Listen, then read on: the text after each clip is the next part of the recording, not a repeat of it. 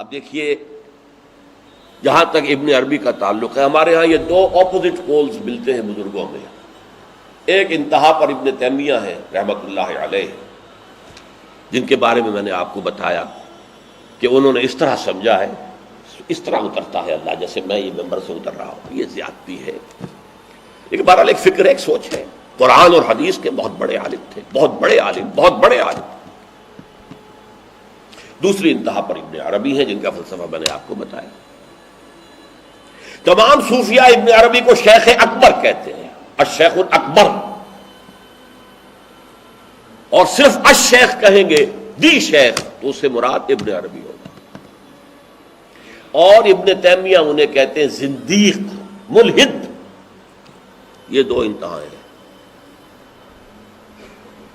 ہمارے ہاں جو عام طور پر اہل حدیث حضرات ہیں وہ ابن تیمیہ کے فالوورز ہیں ان عقائد میں. ان کے ہاں تصور کیا ہے؟ اللہ تعالیٰ ہر جگہ اگر ہے تو صفاتی اعتبار سے، ذاتی اعتبار سے نہیں. وہ تو اپنی جگہ عرش پر ہے، ساتویں آسمان کے اوپر عرش ہے، عرش کے اوپر کرسی ہے، کرسی پر وہ ہے. اب اس میں ایک طرح کی تجسیم بھی آ گئی، محدودیت بھی آ گئی. اس کائنات میں تو اللہ ہے ہی نہیں، تو پھر اللہ محدود ہو گیا نا، وہ تو کسی خاص جگہ پر ہو گیا نا. ایک تصور یہ ہے. اور عام آدمی یہ بھی سمجھے تو ٹھیک ہے، اسے یہ معلوم رہے کہ اللہ ہی رازق ہے، اللہ ہی خالق ہے، اللہ ہی مصیبت سے نجات دلانے والا ہے، اللہ ہی مشکل کشا ہے، اللہ ہی حاجت روا ہے، اللہ ہی، یہ بس اسے معلوم ہو، توحید مکمل ہو گئی. لیکن فلسفہ کچھ اور شے ہے، فلسفہ کچھ اور سوالات پیدا کرتا ہے. جیسے میں نے کہا ہے صفات ذات حق، حق سے جدا یا عین ذات. اب یہ فلسفہ ہے. صفات باری تعالی اگر قدیم ہے صفات تو یہ غصہ، یہ تو قدیم نہیں ہو سکتا. غصہ تو کسی کام پر آیا، خوشی تو کسی کام پر ہوئی، یہ قدیم کیسے ہوگا؟ تو عین یا غیر، لا عین ولا غیر. اور جس کی میں تعبیر کرتا ہوں کہ من وجہ عین ذات ومن وجہ آخر غیر ذات. اب اس سلسلے میں علامہ اقبال نے جو بات کہی ہے، جو پروفیسر یوسف سلیم چشتی مرحوم نے مجھے بتایا تھا کہ انتقال سے صرف 3 ماہ قبل یہ اشعار کہے. وحدت الوجود کے، پینتھیزم کے، دونوں کے شدید مخالف تھے علامہ اقبال شروع میں. اسی لیے وہ حافظ کو بھی بہت بڑا گمراہ کن شاعر سمجھتے تھے، اس لیے کہ وحدت الوجود کے عامیانہ انداز میں جو ہے وہ شاعری میں جب اس کو آ گیا ہے تو عوام کے زبان پر جب چڑھا ہے تو وہ اس کے ڈانڈے پینتھیزم سے مل گئے، عوام کے اندر اس کا تصور یہ ہو گیا. لیکن آخر میں انہیں بھی آنا پڑا ہے. تو اے ناداں دل آگاہ دریاب، اے نادان وہ دل تلاش کر جو آگاہ ہو، ہر چیز سے واقف ہو. لا موجود الا اللہ دریاب، لا موجود الا اللہ. وہ جو میں نے آپ سے عرض کیا تھا نا کہ لا الہ الا اللہ کے 3 لیولز ہیں. لا معبود الا اللہ، لا مطاع الا اللہ، لا حاکم الا اللہ، ان الحکم الا للہ، لا رازق الا اللہ، لا خالق الا اللہ. اور دوسرا لیول لا مطلوب الا اللہ، لا مقصود الا اللہ، لا محبوب الا اللہ. اور تیسرا لیول لا موجود الا اللہ. ہمارے ٹاپ کے فلسفی اور صوفیاء اس لا موجود الا اللہ پر پہنچے. اور 12ویں صدی کے مجدد اعظم شاہ ولی اللہ دہلوی رحمۃ اللہ علیہ، انہوں نے اس میں قول فیصل کہا کہ محی الدین ابن عربی کی وحدت الوجود اور شیخ احمد سرہندی کی وحدت الشہود میں باریک سا فرق ہے تعبیر کا، ورنہ وہ ایک ہی ہے. اور اس کو انہوں نے عنوان دیا توحید وجودی. ہندوستان میں ہمارے بڑے ٹاپ کے شاعروں میں سے تھے عبد القادر بید الفارسی کے. اس وقت تک ابھی اردو کا وجود ہی نہیں تھا، اردو تھی نہیں ہندوستان میں اس وقت. تو شیخ عبد القادر بیدل جو ہیں وہ وحدت الوجود کے بہت بڑے قائد تھے. اور ان کی عظمت کا عالم یہ ہے کہ غالب کہتا ہے طرز بے دل میں ریختہ لکھنا اسد اللہ خان قیامت ہے، کہ بے دل کے انداز میں اردو میں شاعری کرنا، انہوں نے تو فارسی میں کی، اردو کو ریختہ کہتے تھے پہلے، یہ نئی زبان جو بنی تھی ریختہ، طرز بے دل میں ریختہ لکھنا اسد اللہ خان قیامت ہے۔ لیکن وہ اسد اللہ خان بھی یہ کہتے ہیں جارو بلا بیار کہ این شرک فی الوجود باگرد فرش سینہ با ایواں برابر است۔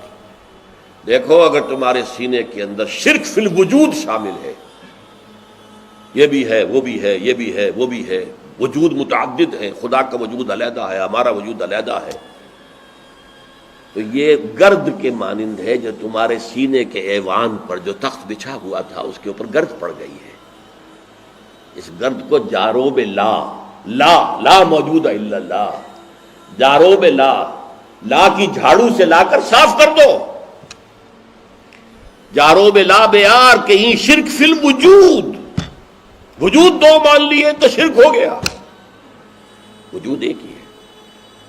البتہ جب تعین ہو گئی کسی شے کی وہ وجود مختلف ہے، ذات باری سے علیحدہ۔ بہرحال یہ مباحث ہیں اس آیت مبارکہ سے متعلق، اور میں نے آپ کے سامنے ساری بات رکھ دی۔ نہ میں کسی کا مبلغ ہوں، نہ یہ دینی مسئلہ ہے، یہ فلسفے کا مسئلہ ہے۔ اب فلسفے میں بہت سے مسائل ایسے پیدا ہو گئے، سائنس کے مسائل ہیں کہ جو کتاب و سنت یا کم سے کم حدیث کی بعض چیزوں سے ٹکراتے ہیں، اب اس میں آدمی غور کرے گا، سوچے گا۔ اسی طریقے سے یہ فلسفے کے مسائل ہیں جو ہمیشہ سے جن پر کام ہو رہا ہے، لیکن یہ دین جو ہے وہ شریعت اور طریقت کا نام ہے۔ حقیقت کو چھوڑ دو، حقیقت جو ہے بس ہے۔ تم سورج مکھی کے پھول بن جاؤ، تمہاری توجہ ہر وقت اپنی اس ذات جو جس نے تمہیں پیدا کیا ہے، حقیقت تو وہی ہے، لیکن سورج مکھی کے پھول بن جاؤ۔ لیکن اسے آپ غلط کہیں، مجھے کوئی اعتراض نہیں، لیکن یہ کہ ایک شخصیت کو میں ایسے سے واقف ہوں جو اہل حدیث بھی کٹر تھے اور صوفی بھی بڑے تھے۔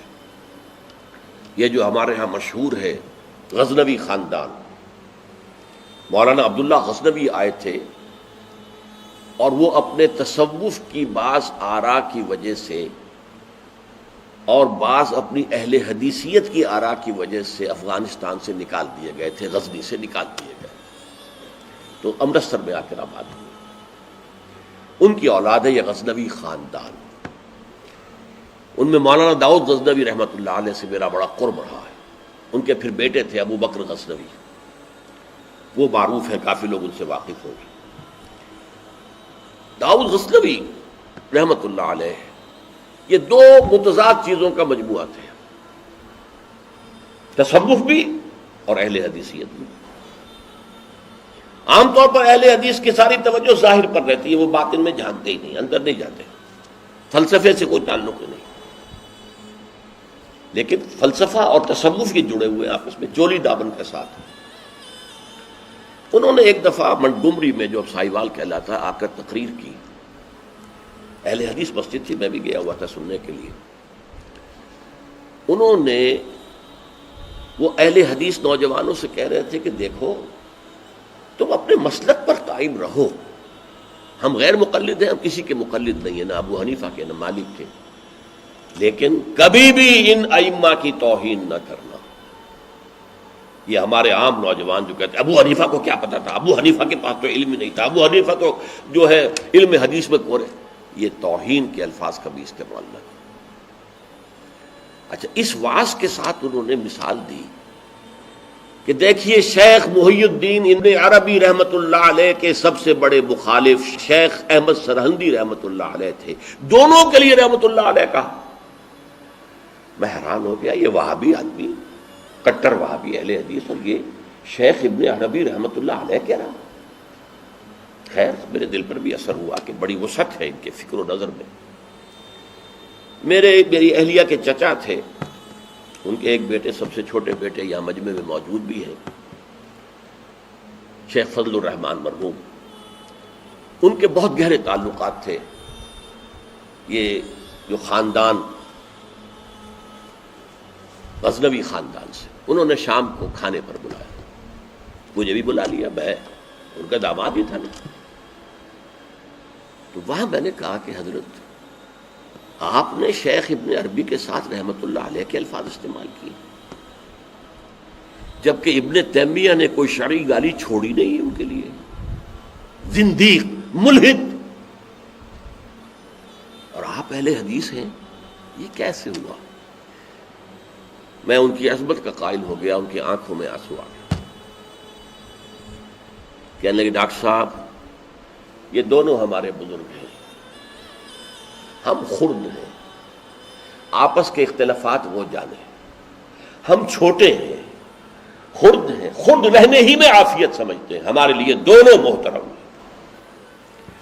اور مسجد میں انہوں نے ایک مثال بیان کی تھی کہ شیخ احمد سرہندی رحمۃ اللہ علیہ نے شیخ ابن عربی کے بارے میں اپنے مکتوبات میں لکھا ہے،